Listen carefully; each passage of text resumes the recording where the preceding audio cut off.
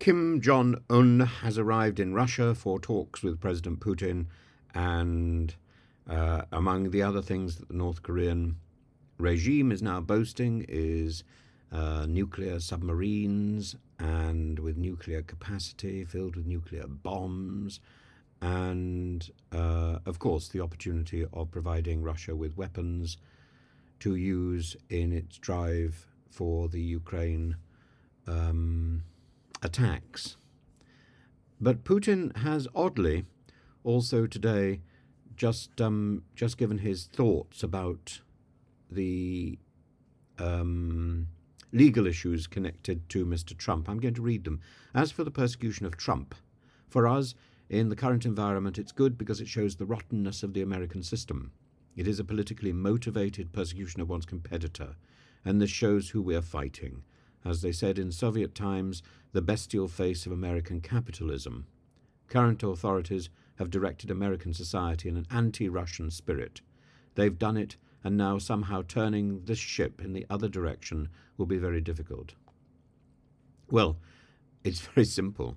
Both Russia and Belarus need to recognize that they're on the wrong side. That's number one. But number two, the West, led by America, is equally misguided. There is no contradiction in helping Mr. Zelensky to resist the attack of a predator and aggressive nation that had promised to protect Ukraine. And we should do everything we can to support Mr. Zelensky and to give Mr. Zelensky the tools that he needs to effect that resistance. At the same time, we should be talking to the Kremlin. We should be talking to Russia. So the problem is our obsession with sanctions gets in the way, because sanctions is a sort of economic war, and what it means in practice is not only are we applying sanctions to Russia, but we're also not talking to Russia. That is absurd. We are not at war with Russia, technically. We should be talking to Russia.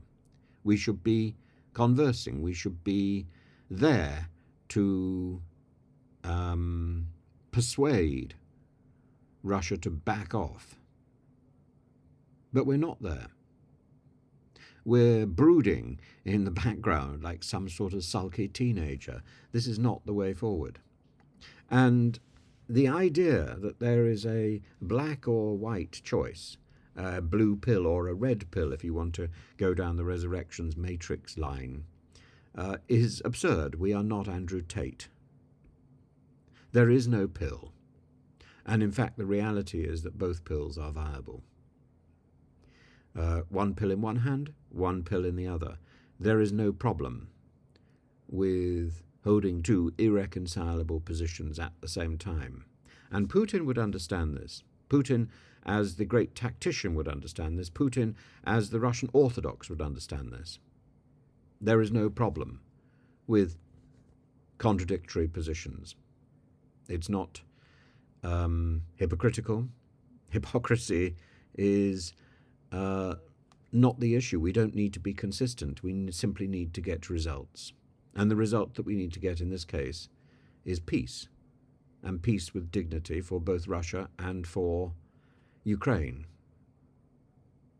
At the same time, I think we need to get rid of the present attitudes in the Kremlin.